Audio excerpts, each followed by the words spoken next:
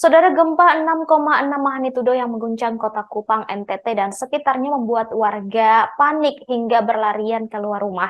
Beberapa warga menyebut gempa kali ini sebagai gempa terbesar yang dialami selama mendiami kota Kupang, NTT. Elizabeth Jaitalsa dan Hermansen Balo, warga BTN Kolhua, Kecamatan Maulava, Kota Kupang, NTT, mengatakan gempa 6,6 magnitudo ini menjadi gempa yang paling besar yang pernah ia rasakan. Sementara Vincent Repu, warga Ukitau, Kota Kupang, mengatakan gempa ini terbesar selama puluhan tahun berada di Kota Kupang.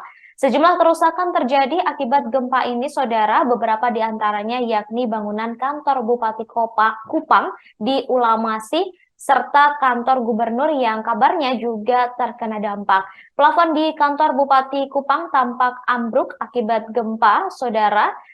Dan bisa Anda saksikan, ini adalah video dari kantor Bupati Kupang yang bagian plafonnya tampak ambruk akibat gempa 6,6 magnitudo yang terjadi pada pagi tadi.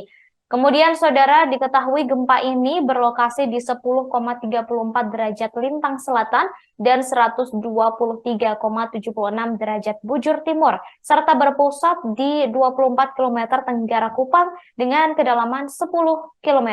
Kejadian ini juga dilaporkan warga dari berbagai wilayah, saudara, termasuk dari Kabupaten Kupang hingga Kabupaten Rotendao, yang artinya gempa ini juga bisa dirasakan, saudara, hingga ke beberapa wilayah tersebut. Meski membuat panik warga, namun gempa ini tidak berpotensi tsunami. Kepala Pusat Gempa Bumi dan Tsunami BMKG mengatakan pemicu gempa ini berkaitan dengan deformasi bending slab Australia Purba yang berada di bawah kota Kupang. Hal itu disampaikan, saudara, melalui akun X miliknya pagi tadi.